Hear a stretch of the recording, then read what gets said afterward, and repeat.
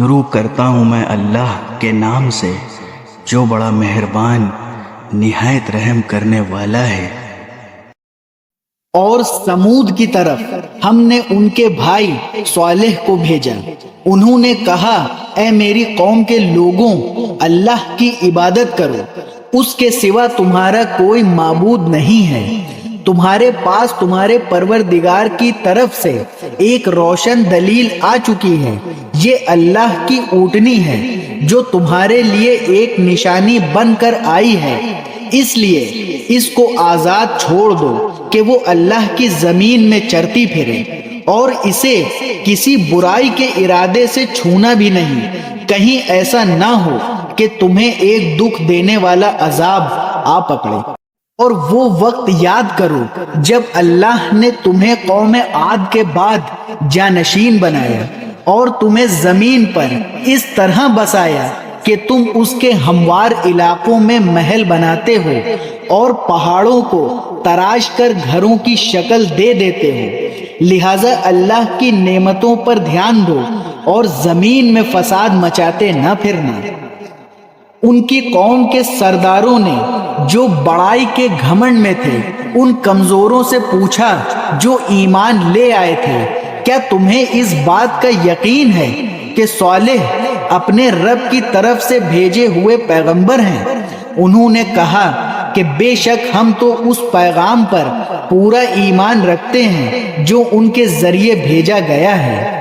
اور مغرور لوگ کہنے لگے، جس پیغام پر تم ایمان لائے ہو اس کے تو ہم سب منکر ہیں۔ چنانچہ انہوں نے اونٹنی کو مار ڈالا اور اپنے پروردگار کے حکم سے سرکشی کی اور کہا، صالح اگر تم واقعی ایک پیغمبر ہو تو لے آؤ وہ عذاب جس کی ہمیں دھمکی دیتے ہو۔ نتیجہ یہ ہوا کہ انہیں زلزلے نے آ پکڑا اور وہ اپنے گھروں میں اوندھے پڑے رہ گئے۔ اس موقع پر صالح ان سے منہ موڑ کر چل دیے اور کہنے لگے، اے میری قوم، میں نے تمہیں اپنے رب کا پیغام پہنچایا اور تمہاری خیر خواہی کی، مگر افسوس کہ تم خیر خواہوں کو پسند ہی نہیں کرتے تھے۔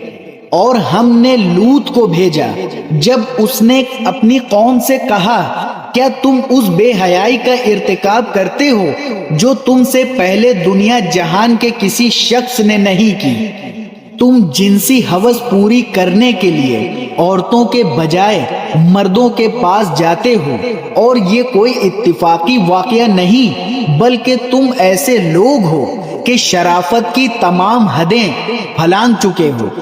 ان کی قوم کا جواب یہ کہنے کے سوا کچھ اور نہیں تھا کہ نکالو ان کو اپنی بستی سے، یہ لوگ ہیں جو بڑے پاک باز بنتے ہیں۔ پھر ہوا یہ کہ ہم نے ان کو یعنی لوط علیہ السلام کو اور ان کے گھر والوں کو بستی سے نکال کر بچا لیا، البتہ ان کی بیوی تھی جو باقی لوگوں میں شامل رہے جو عذاب کا نشانہ بنے۔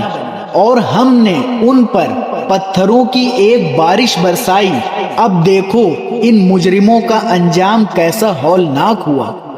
اور مدین کی طرف ہم نے ان کے بھائی شعیب کو بھیجا۔ انہوں نے کہا، اے میری قوم کے لوگوں، اللہ کی عبادت کرو، اس کے سوا تمہارا کوئی معبود نہیں ہے۔ تمہارے پاس تمہارے پروردگار کی طرف سے ایک روشن دلیل آ چکی ہے، لہذا ناپ تول پورا کیا کرو، اور جو چیزیں لوگوں کی ملکیت میں ہیں ان میں ان کی حق تلفی نہ کرو، اور زمین میں اس کی اصلاح کے بعد فساد برپا نہ کرو۔ لوگوں، یہی طریقہ تمہارے لیے بھلائی کا ہے اگر تم میری بات مان لو۔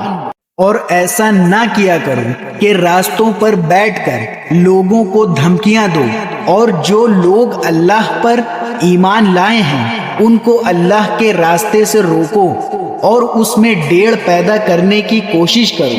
اور وہ وقت یاد کرو جب تم کم تھے، پھر اللہ نے تمہیں زیادہ کر دیا، اور یہ بھی دیکھو کہ فساد مچانے والوں کا انجام کیسا ہوا۔ اور اگر تم میں سے ایک گروہ اس پیغام پر ایمان لے آیا ہے جو میرے ذریعے بھیجا گیا ہے اور دوسرا گروہ ایمان نہیں لایا تو ذرا اس وقت تک صبر کرو جب تک اللہ ہمارے درمیان فیصلہ کر دے، اور وہی سب سے بہتر فیصلہ کرنے والا ہے۔